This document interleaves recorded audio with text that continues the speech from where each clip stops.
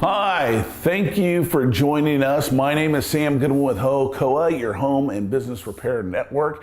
And today we're bringing to you the 7 things you must know or do before you move into that new office. And why am I talking? Because we just did this. And it's very important, and I want to share with you from my experience how it can help you. So if you're moving from an office or from your home into a small office, we have a very small space that we moved into, but here are some critical steps that will help that move a lot easier for you.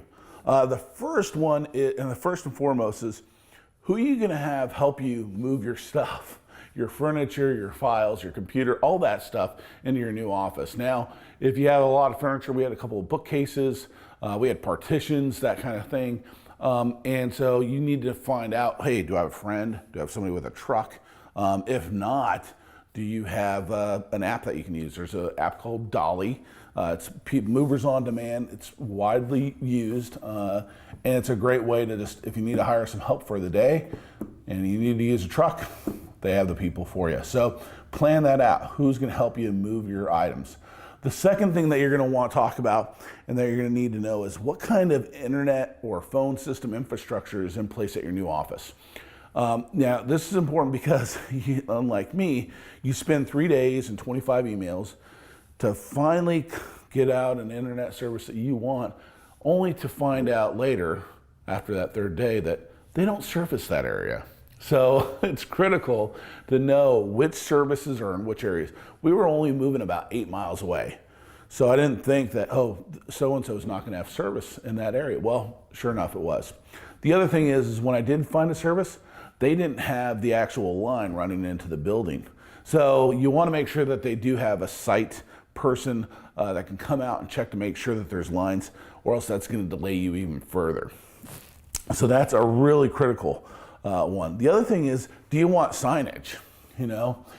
Are you in a place where it's a high traffic location that you could have a sign? You want to talk to your landlord about that and see what are the things. Also go down to the city and see what's actually permittable in terms of zoning. How big of a sign, how small of a sign, do you need to have electrical run, all those things. That's something that you need to ask. And you want to know ahead of time. You don't have to have a sign day one, but eventually you might. The fourth thing that you're going to want to do, and this is a biggie, is you'll want to draw out some options of how you're going to have your office configured. I mean, instead of just piling everything in there and then just throwing stuff wherever you think goes, take the time, sketch it out on a piece of paper. You might have a few, 6, 5, 7, 8 ideas, but that's going to save you so much time because you'll be able to pick, hey, this one makes the most sense, cross out the other ones, and you have a plan in place to when you move in. And one of the other things that you want to do is, are you going to make any changes inside? Some people are like, oh, before we move in, we want new floors, we want to paint, we want new lights, blah, blah.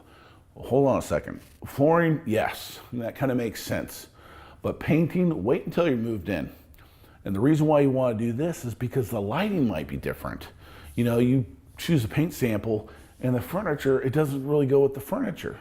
So wait on painting anything or changing the lighting until you get your furniture moved in.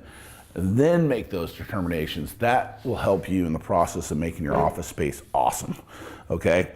The other thing is, when you are moving into a new office, assuming, let's say that you're moving out of an old office, you probably have a date that you got to be moved out by.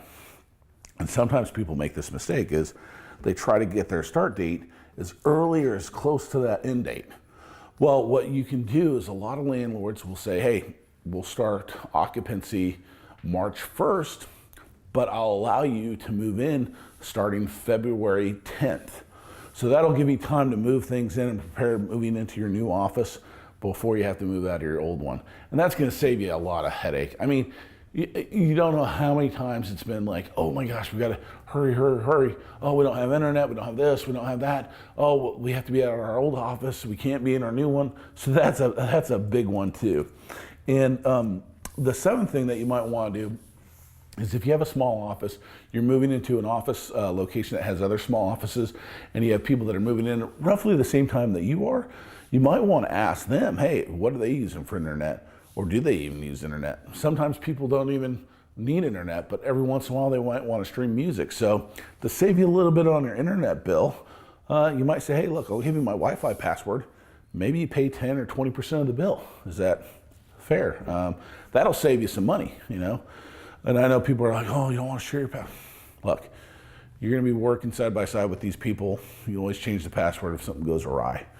But those are some of the 7 tips that you want to do or know before you move in. The other thing too is you want to make sure that the workmanship and craftsmanship in the office building is maintained throughout, because you're going to be staying there. You might be inviting people over, customers over, and you want to make sure that the office is well maintained.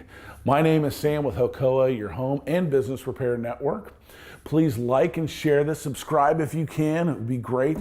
And if you have any questions, concerns, comments, please text below. Don't be afraid. Don't be shy. And we hope to hear from you next time. Visit us on the web at www.hocoa, H-O-C-O-A, dash, like a hyphen, ca.com. And we hope to hear from you soon. Thanks for joining with us today.